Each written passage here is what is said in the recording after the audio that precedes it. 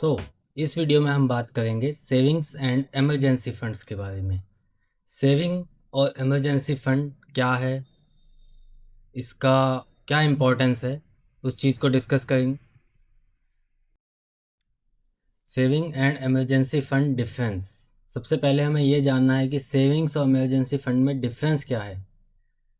Saving एक ऐसा पैसा है जो हमने साइड पर रखा है, एक अलग जगह डिपॉजिट किया है किसी ऐसे इवेंट के लिए जो हम जानते हैं कि फ्यूचर में आने वाला है। लाइक आपको कार बाय करनी है, बच्चे की स्कूल की फ़ीस भरनी है, कोई नया फ़ोन ख़रीदना है, कोई अदर डिवाइस ख़रीदना है, तो उसके लिए आप पैसा जमा करना शुरू करते हैं एक गोल के लिए, तो उसे हम सेविंग्स कहते हैं। इमरजेंसी फ़ंड डिफरेंट इसलिए है क्योंकि इमरजेंसी फ़ंड में हम अनप्लान्ड इवेंट के लिए पैसा साइड पर रखते हैं। ऐसे इवेंट्स जो हमारी प्लानिंग में नहीं है, लाइक आपकी गाड़ी का एक्सीडेंट हो जाना, उसको रिपेयर करने का खर्चा, आपके मेडिकल बिल्स आ सकते हैं, या जॉब लॉस। सो उस फंड को हम सेपरेट रखेंगे सेविंग से, और उसको हम तभी हाथ लगाएंगे जब रियल में इमरजेंसी सिचुएशन होगी। इमरजेंसी फ़ंड की रिक्वायरमेंट इसलिए पड़ती है कि बाई चांस ऐसा कोई खर्चा आ जाए और उसके लिए आपके पास पैसा ना हो, तो आपको कभी लोन ना लेना पड़े। इसलिए हम एक इमरजेंसी फ़ंड बनाकर इस चीज़ से बच सकते हैं। सो इमरजेंसी फ़ंड कैसे बनाएं?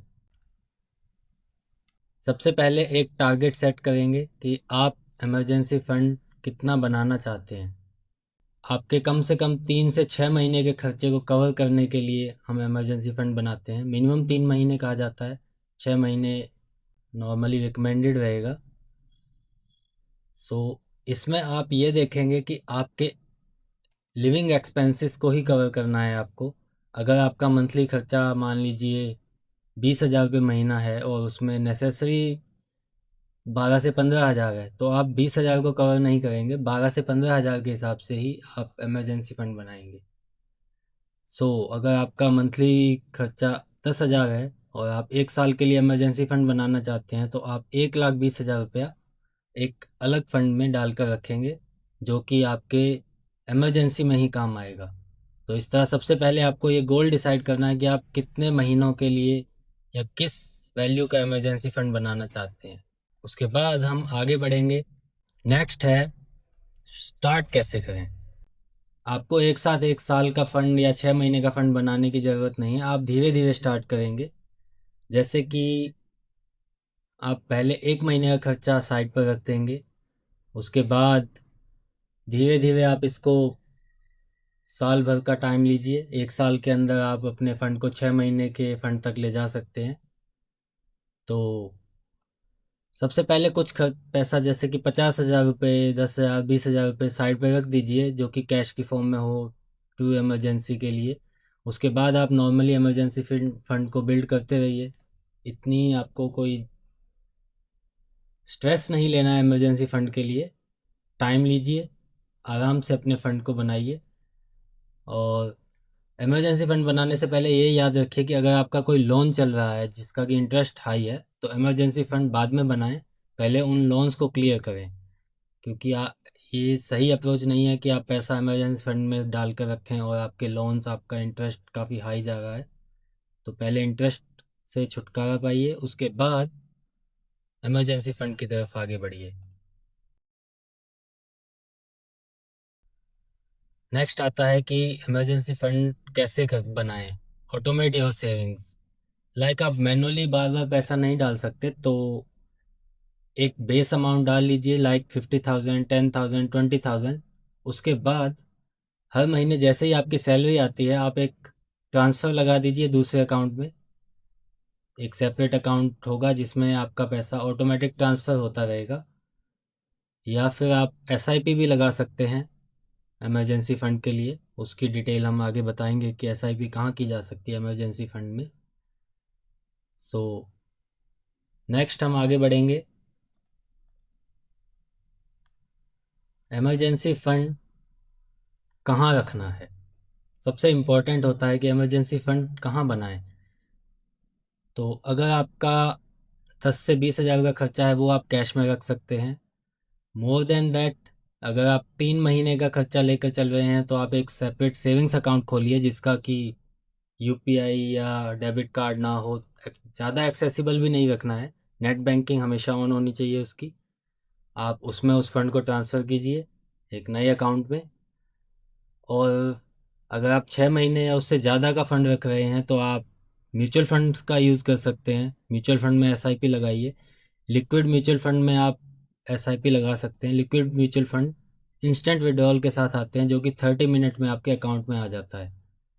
उसकी डिटेल हम बाद में शेयर करेंगे किसी और वीडियो में। अगर आपका कोई सवाल है इसको लेकर तो आप कमेंट में पूछ सकते हैं। तो लिक्विड म्यूचुअल फंड में आप अपना 1-2 महीने का फ़ंड आप सेविंग्स में रखिए। उसके बाद जितना भी फ़ंड है आप लिक्विड म्यूचुअल फंड में ट्रांसफ़र करके रख सकते हैं। एक बैंक अकाउंट आपका अलग होना चाहिए।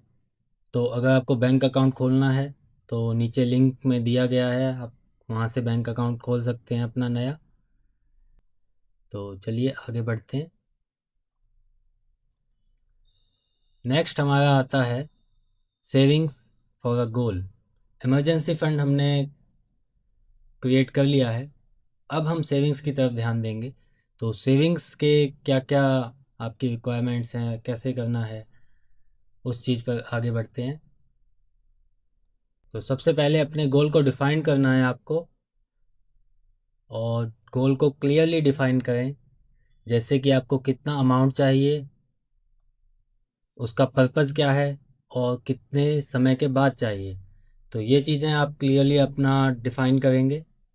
उसके बाद हम अपनी रिक्वायरमेंट्स को कैलकुलेट करेंगे कि हमें पर मंथ कितनी सेविंग करनी है। जैसे कि आपको 2 लाख रुपया 2 साल के बाद चाहिए तो आपको 8,333 पर मंथ चाहिएगा। सो आप अपनी सैलरी में से 8,333 रुपये पर मंथ ट्रांसफ़र करेंगे। एक सेपरेट अकाउंट बनाइए। सेविंग्स को इमरजेंसी फ़ंड वाले अकाउंट से आप अलग रखेंगे। अगर आपके पास अकाउंट है तो वहाँ ट्रांसफ़र कीजिए। अगर आप अकाउंट में नहीं करना चाहते तो जैसे हमने लिक्विड म्यूचुअल फंड डिस्कस किया था, आप वहाँ इसको पार्क कर सकते हैं और इसको रेगुलर ट्रैक करते रहिए कि आपका प्रोग्रेस कैसा है। नेक्स्ट हम अगले स्टेप्स पे जाते हैं। Automate your contribution.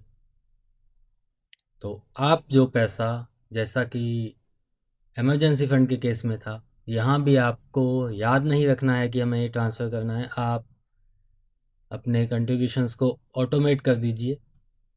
एक ट्रांसफ़र लगा दीजिए, या अगर आप म्यूचुअल फंड में डाल रहे हैं तो लिक्विड म्यूचुअल फंड में आप एसआईपी के थ्रू इसको ट्रांसफ़र करते रहिए ताकि आपको सोचना ना पड़े, बार बार एक स्ट्रेस ना लेना पड़े इस चीज़ के लिए। एंड अपनी प्रोग्रेस को ट्रैक कीजिए, अपने बैलेंस को ग्रो होते देखिए जिससे आप मोटिवेट हों और सेविंग करने के लिए। तो ये हमारा टॉपिक था सेविंग्स एंड इमरजेंसी फ़ंड। इसके बाद एक बहुत ही इम्पोर्टेंट टॉपिक पर हम वीडियो लेकर आने वाले हैं। हमारा जो नेक्स्ट वीडियो रहेगा वो रहेगा लोन मैनेजमेंट के ऊपर।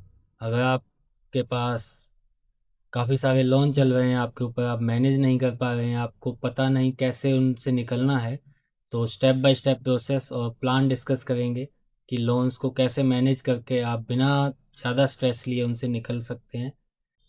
तो मिलते हैं किसी नेक्स्ट वीडियो में। Thank you.